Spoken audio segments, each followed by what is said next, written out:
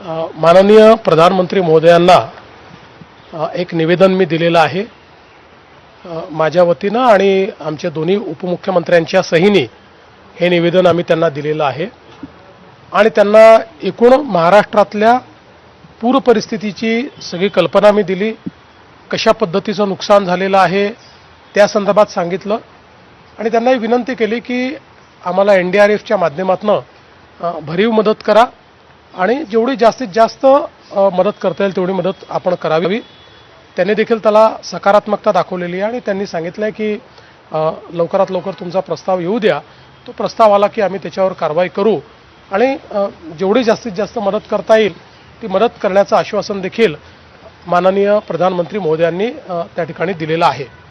या व्यतिरिक्त माननीय प्रधानमंत्री महोदयांकडे महाराष्ट्र डिफेन्स कॉरिडॉरच्या संदर्भातही एक प्रेझेंटेशन मी केलेलं आहे, ज्याच्यामध्ये मी त्यांना हे लक्षात आणून दिलं की एक डिफेन्स मॅन्युफॅक्चरिंगची मोठी इकोसिस्टम महाराष्ट्रात तयार होते, ज्याच्याने डिफेन्स मॅन्युफॅक्चरिंगला बूस्ट मिळेल, ज्याच्यामुळे अर्थव्यवस्थेला फायदा होईल आणि ज्यातनं मोठ्या प्रमाणात रोजगार निर्मिती होईल आणि 3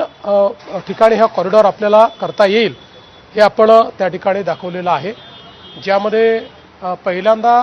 आपण हा जो कॉरिडॉर आहे त्यातला एक भाग पुणे, अहिल्यानगर आणि छत्रपती संभाजीनगर इथे आपण करू शकू, दुसरा भाग जो कॉरिडॉरचा आहे तो आपण नाशिक, धुळे वगैरे या भागात करू शकू आणि तिसरा जो आहे तो नागपूर, वर्धा, अमरावती या भागामध्ये आपण करू शकू।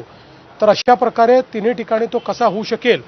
याचा एक रोड मॅप आणि त्या संदर्भातलं एक संपूर्ण त्याचा अभ्यास केलेलं बुकलेट हे मी माननीय प्रधानमंत्री महोदयांना दिलेलं आहे। त्याच्यावरही त्यांनी सकारात्मक अशा प्रकारची भूमिका घेतलेली आहे। या व्यतिरिक्त गडचिरोलीमध्ये त्या ठिकाणी आपण अशी मागणी केली आहे की आपलं जे गडचिरोली कॉर्पोरेशन आहे, मायनिंग कॉर्पोरेशन, त्याला माइन्स देऊन आणि त्यातनं आपण जर मायनिंग डेव्हलपमेंट योग्य प्रकारे केलं तर त्याचा एक रोडमॅप मी मांडलेला आहे की आपण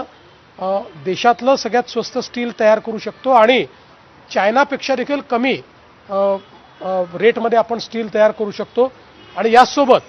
ग्रीन स्टील तयार करण्याच्या संदर्भातला एक रोडमॅप हा देखील मी त्यांच्यासमोर ठेवलेला आहे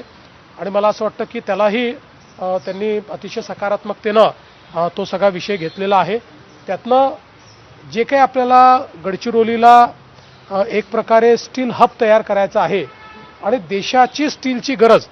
ही गडचिरोली भागवू शकतं अशी जी एक व्यवस्था आपल्याला उभी करायची आहे त्याला याच्यामुळे एक मोठा बूस्ट मिळणार आहे। त्यामुळे या व्यतिरिक्त अजून काही लहान मोठे विषय होते की ज्याच्यावर मी त्यांना ब्रीफिंग केलेलं आहे। ईज ऑफ डुईंग बिझनेसमध्ये महाराष्ट्र काय करतो आहे याही संदर्भातली सगळी माहिती मी त्यांना त्या ठिकाणी दिली आहे आणि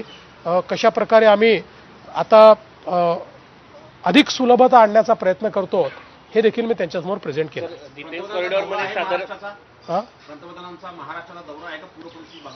प्रधानमंत्री महोदय पुढच्या महिन्याच्या 8 आणि 9 तारखेला महाराष्ट्रामध्ये येणार आहेत।